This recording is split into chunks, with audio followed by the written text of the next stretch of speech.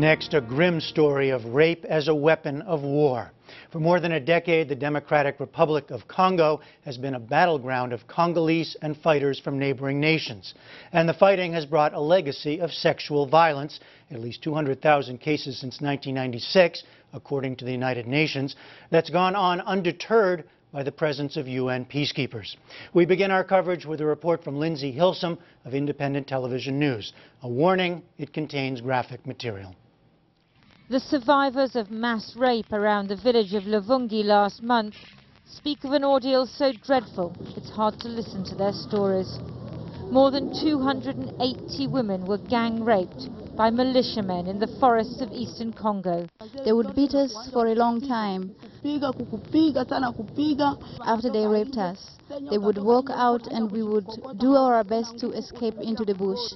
Sometimes we would have to crawl on the ground while they would rape others until dawn. They would also sometimes follow us into the forest or wherever we are hiding at night. And if we were found, they would then rape us again. And that's how they managed to rape all the women of Luvungi.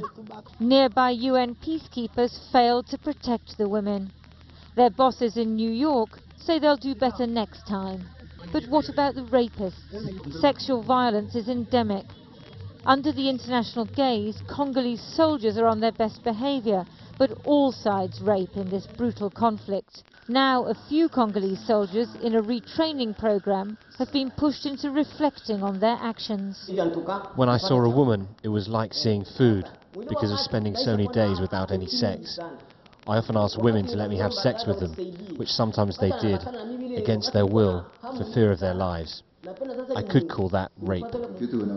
We did all sorts of things to women just because we felt we were in a position of power and there weren't going to be any consequences. We took advantage of their vulnerability, knowing they couldn't defend themselves. We were using our power to abuse women physically and sexually.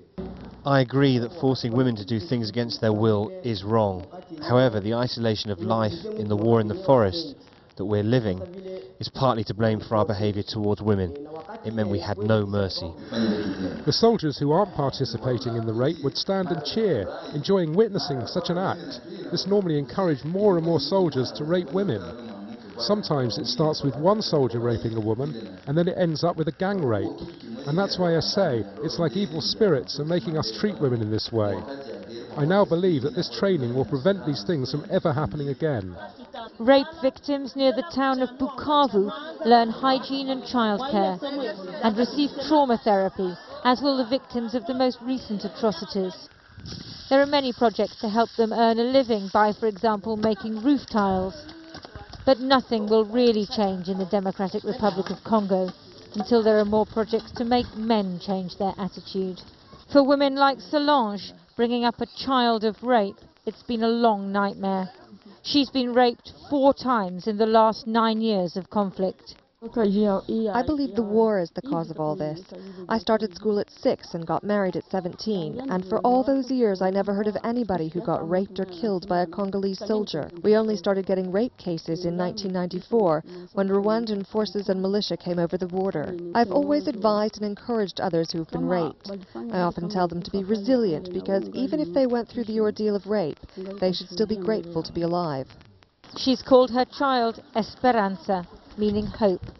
Something she tells other women who've been raped, that they should still somehow try to feel.